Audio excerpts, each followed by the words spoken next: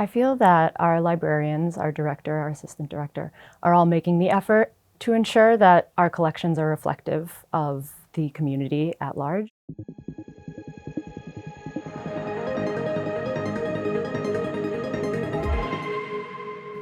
Hello, my name is Michelle Apoetica Richardson, and I'm here today at PTV interviewing some of our candidates for this current election. And today we have someone that's running for library trustee. Hello, how are you today? Good, thank you. How are you? I'm wonderful. Now, I understand that you're running for re-election, and what is your name? My name is Katrina Vassallo, and as you said, I'm running for re-election for library trustee. Okay, now library trustee, it's not like mayor, counselor at large, or counselor for the city. Like people know commonly what these positions carry. What is a library trustee? A library trustee, there's 12 of us on the board, Okay. and we are tasked with overseeing the management of the library and the administration of the budget. So we are reported to by the director of the library, and each month we meet, go over the director's report, and we vote on any motions that need to be made in terms of policy, procedure, or budget items.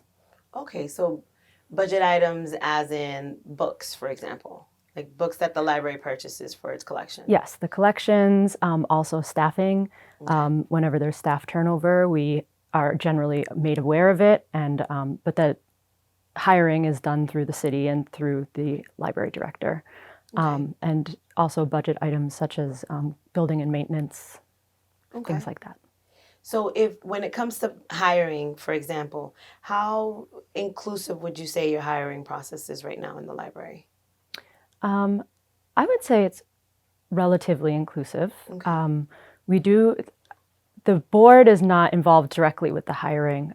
It is through the city and with the director of the library, but our director is phenomenal and she does make every effort to be as inclusive as possible in her hiring practices. Wonderful. It's good to know. Now, I've heard so much about these famous Audubon prints. And I know that there's a lot of feelings and emotions behind these Audubon prints, both positive and negative. Some people, are absolutely in love with the fact that these prints are still in existence and, being kept up and taken care of. But there's people that are saying that the money could be spent elsewhere or otherwise. What are your thoughts and feelings about that? I feel that the Audubons are a treasure to the city. They are rare. I feel that they should be maintained in the way that the city is, while also balancing, the legacy of Audubon. He was a slaveholder. He was not the best person when looked at from a 21st century perspective. And so I think we're doing the work to try and balance those two things, where we have these phenomenal pieces of art that deserve to be seen and admired, while also balancing the legacy of the creator of those pieces. Right. It's definitely a tough topic to It handle. is, yeah. Now, in that process, have you involved members of color of the community to be a part of the conversation? We have not at this juncture, Okay. but certainly it would be something that would be worth looking into in the future. As a trustee, would that be something that you'd have a part in? Possibly. Okay. If the director brought it to us, then the board might be involved, yes. Okay.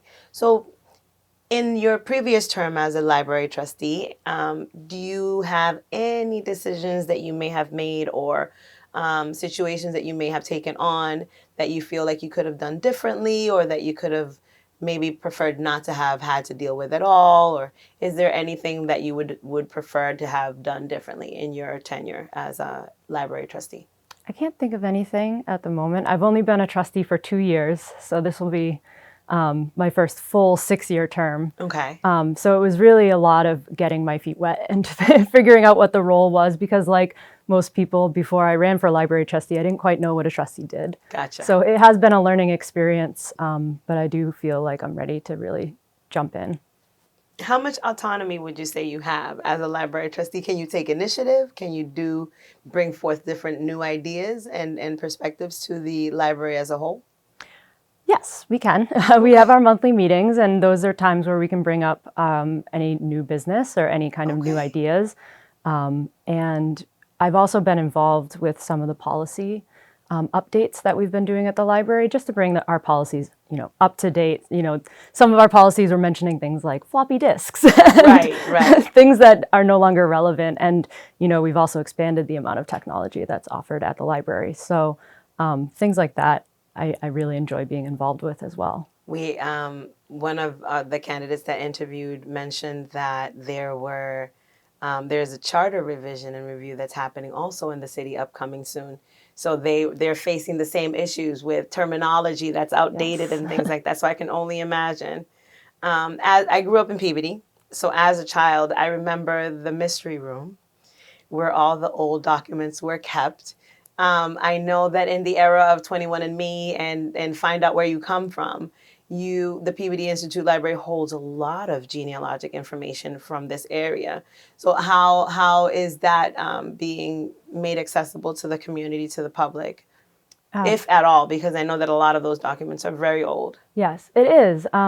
We have been working on making these things even just more widely known, because a lot of people don't realize those resources are there. One of my fellow trustees, Jennifer Smith, actually does a lot of genealogy research, and she holds sort of like office hours, I believe on a monthly basis, for the community to come in and to just learn some tips about if you wanted to start looking into your genealogy, what you would do, where you would even start. That's wonderful. And what is her name again? Jennifer Smith. Jennifer Smith. So if you want to find out more about who you are or where you come from, we've heard it from this amazing candidate for library trustee that there's a lady by the name of Jennifer Smith at the library that will help you with your genealogical searches. That's awesome. Yeah, she's That's great. awesome. Yeah. So moving forward in this new term, what ideas and thoughts and passions do you feel like you're bringing to the table? I feel that I'm just bringing a slightly younger perspective first. Not that I would call myself particularly young, but I'm in my 30s, and I feel like it's important for people my age especially to start getting involved in their community and become community members, like in that regard. And so I feel like I bring that. I also bring to the table just the perspective of being an LGBTQ person, a queer person. That. Yes. So, and as we all know, libraries right now are kind of under attack for promoting LGBTQ community resources. So I do bring that perspective to the table as well. So bringing that up, right? If we talk about the availability of literature at the library, how much of the contents within the library would you say is reflective of the demographic of our city? Like, do you have enough stories of the LGBTQ lens?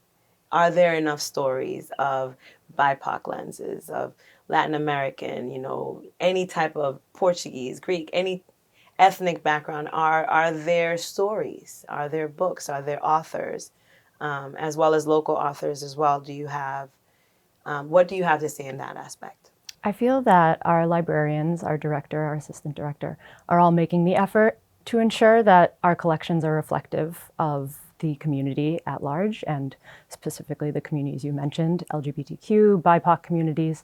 In terms of whether there's enough, in my opinion, there can never be enough representation.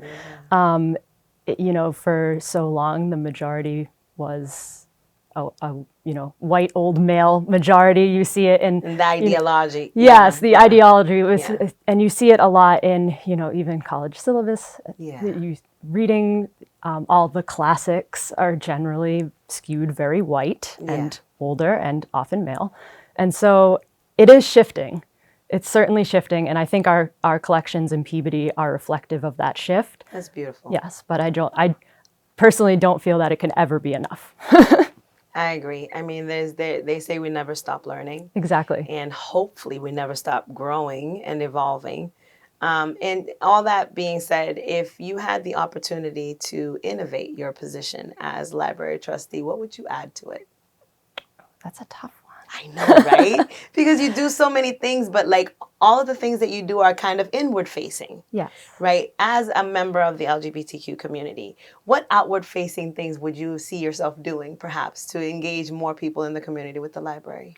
I'd love to just continue to be and grow as an advocate for the library. So just really spreading the news that the library has these programs, the library has these resources, And I feel like as trustees, that's kind of the best way we can support the library, is just by advocating and promoting the programs that are there and encouraging even further program development. And so for me, that's the outward facing aspect, is just kind of, talking up the library whenever Trustees whenever I can. participate in these activities, or are they more behind the scenes? We're more behind the scenes. Okay. We do get very involved with fundraising.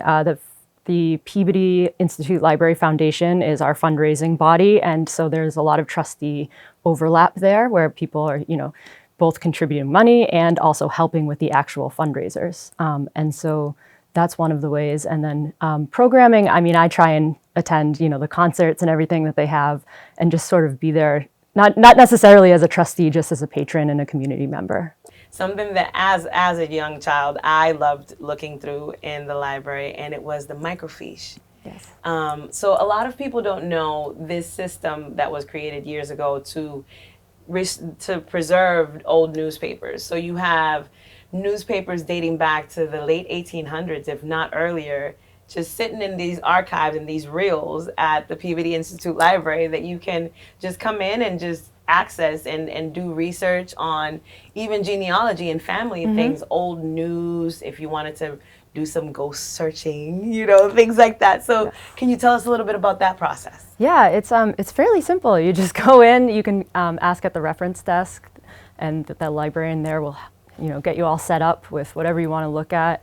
I've gone through and looked at some of the really old, like Peabody Weekly or whatever it was called back in the day, and it's just funny to see, even if you just want to look through and see some of the advertisements. The ads are the best. You get such a feel of what the city was like back then, and what people were interested in the news, and what sort of things they were advertising, and what kind of jobs were available. So it is really fascinating to have that piece of history just like at your fingertips, but not in a way that's, like nowadays it's like, oh, you can just Google anything, but it's just, you can't, and it's just such a unique way to access the past. I mean, the pictures, for me, the ads did it every time, just to see like the old ads of products that are still for sale today, like the old Coca-Cola ads, the old Palmolive, and things like that.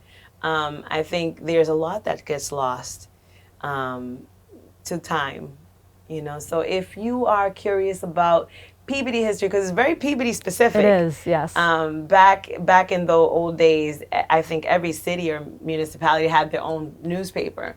So we had the Peabody Times.